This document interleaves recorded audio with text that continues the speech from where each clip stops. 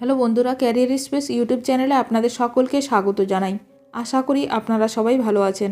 আজকে এই মুহূর্তে শিক্ষক নিয়োগ সংক্রান্ত যে সবচেয়ে গুরুত্বপূর্ণ আপডেট উঠে এসেছে, বিস্তারিত সেই সম্পর্কে আলোচনা করব। তাই ভিডিওটি অবশ্যই শেষ পর্যন্ত দেখবেন নিয়োগ সংক্রান্ত অনেক নতুন নতুন আপডেট পাওয়ার জন্য।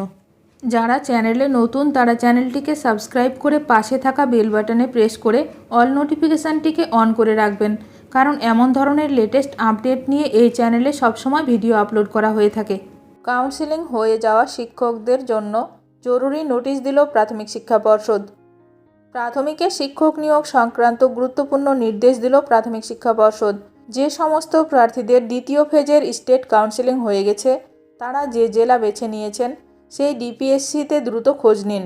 নোটিশে বলা হয়েছে 2022-এর প্রাথমিক শিক্ষক নিয়োগ প্রক্রিয়ার সাথে সম্পর্কিত বিষয় নিয়ে জানানো যাচ্ছে যে 27/2/2024 তারিখে হওয়া কাউন্সেলিং বিষয় তথ্য WBBPE সংশ্লিষ্ট জেলায় ইতিমধ্যেই পাঠিয়ে দিয়েছে।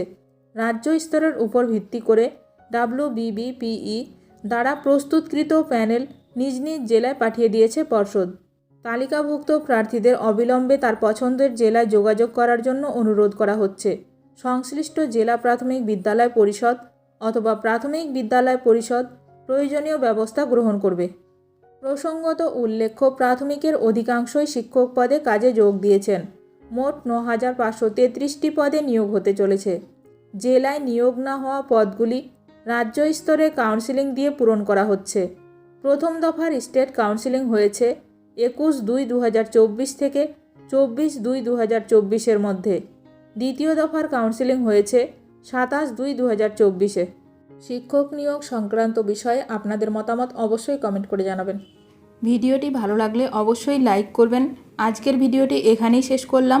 নতুন কোনো আপডেট নিয়ে দেখা হবে নেক্সট ভিডিওতে।